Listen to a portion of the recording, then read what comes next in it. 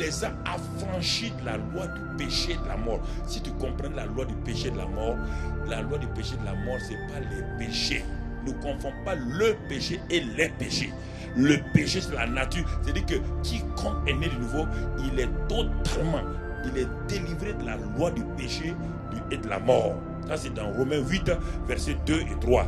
Mais maintenant, dans Colossiens 1, versets 13 et 14, il dit ceci: il nous a délivrés de la puissance des ténèbres, du royaume des ténèbres. Et ce n'est pas fini, ça c'est le négatif.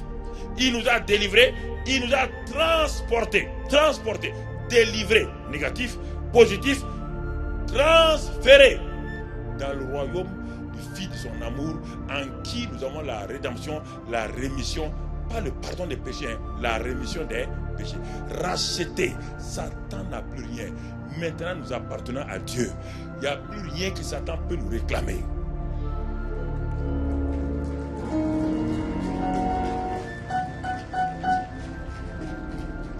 Je ne sais pas. Voici un monsieur, je donne un exemple terre à terre qui n'est pas parfait, mais qui pour te permettre de comprendre. Voici un monsieur qui a une voiture. Tu t'en vas acheter la voiture. Et quand tu as acheté la voiture, vous faites tous les papiers. Est-ce que demain, il peut venir dire sa voiture? Il peut venir te dire ça. Tu appartenais à Satan, j'appartenais à Satan. Dieu, en payant le prix par Christ, Dieu nous a rachetés totalement et nous a transférés. Comment veux-tu que Satan vienne te dire que tu appartiens à lui encore? Comment il va le dire? Comment? Par quel moyen?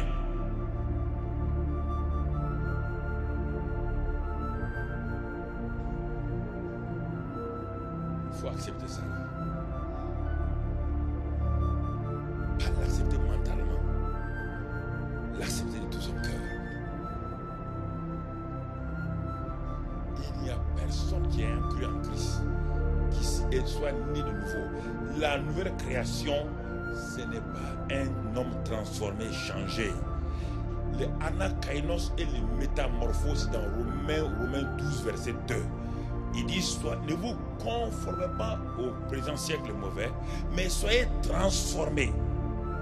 Ne vous conformez pas, soyez transformés. Ça, c'est dans votre âme. C'est pas, mais la nouvelle création, c'est un homme qui n'a jamais existé, qui n'a pas de passé.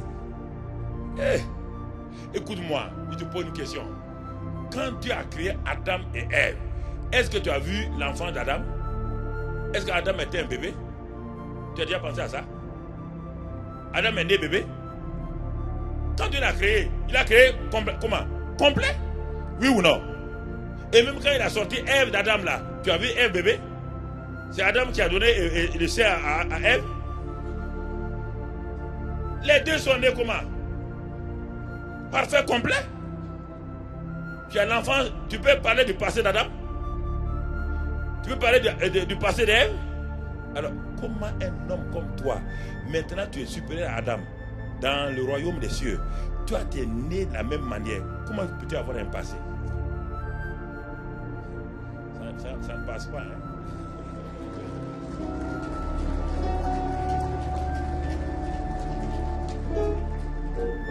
On ne parle pas de ton corps ni de ton âme. Je parle de ton esprit.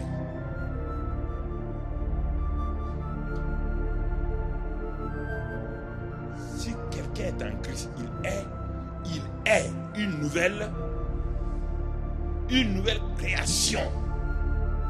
La nouvelle création n'a pas de passé parce qu'elle n'a jamais existé.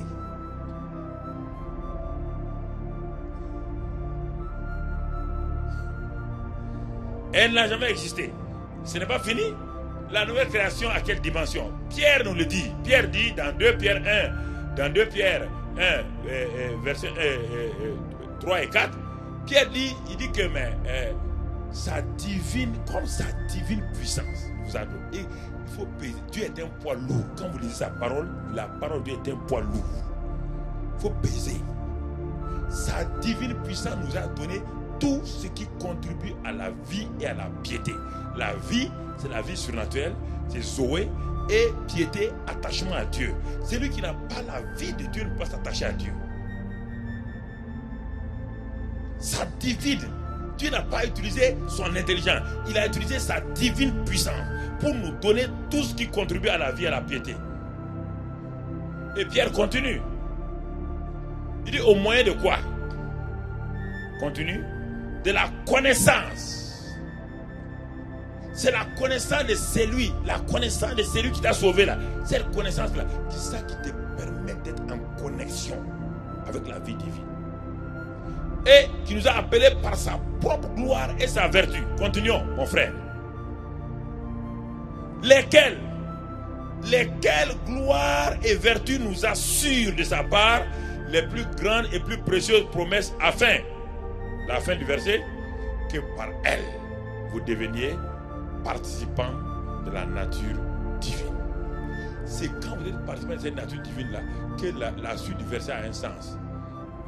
La suite du verset dit quoi? Vous allez fuir la corruption qui existe. Vous ne pouvez pas fuir la corruption qui existe. Vous avez beau jeûner et prier, vous allez mentir. Hein? Vous allez mentir, vous allez continuer à tromper, escroquer les gens. Non, parce que vous ne savez pas que la nature divine ne vous permet même pas de vivre dans la corruption encore. C'est-à-dire vous méprisez ce que Dieu a fait et vous voulez écouter ce que les hommes vous disent de faire. C'est pourquoi vous avez des problèmes.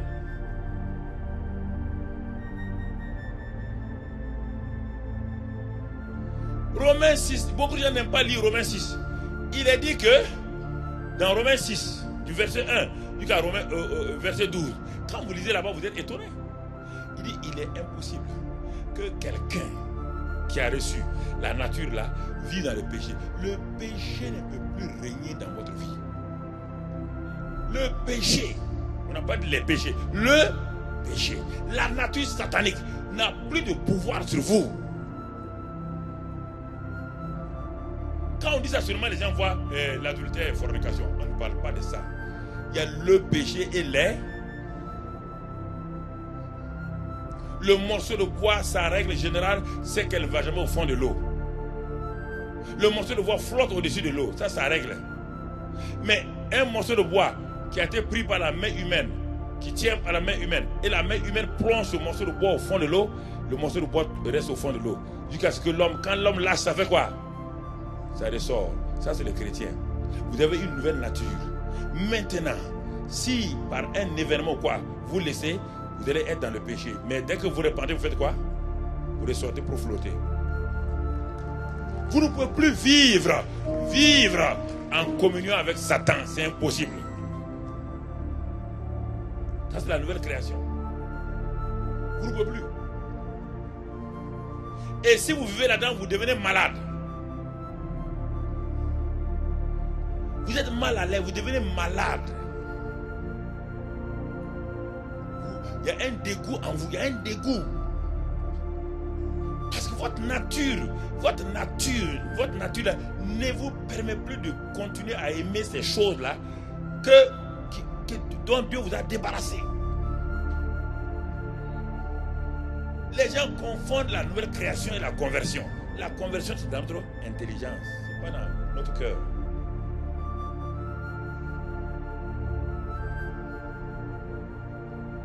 Ça, c'est ce que nous sommes.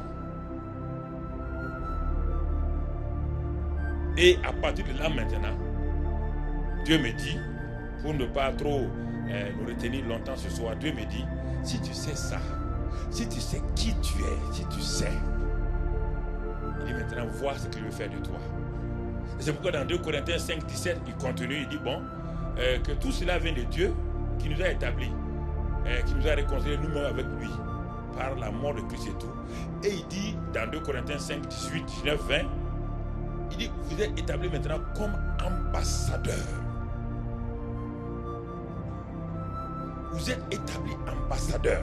Si vous regardez les ambassadeurs de ce monde-là déjà, ce sont des gens, frères, qui sont dans une classe exceptionnelle.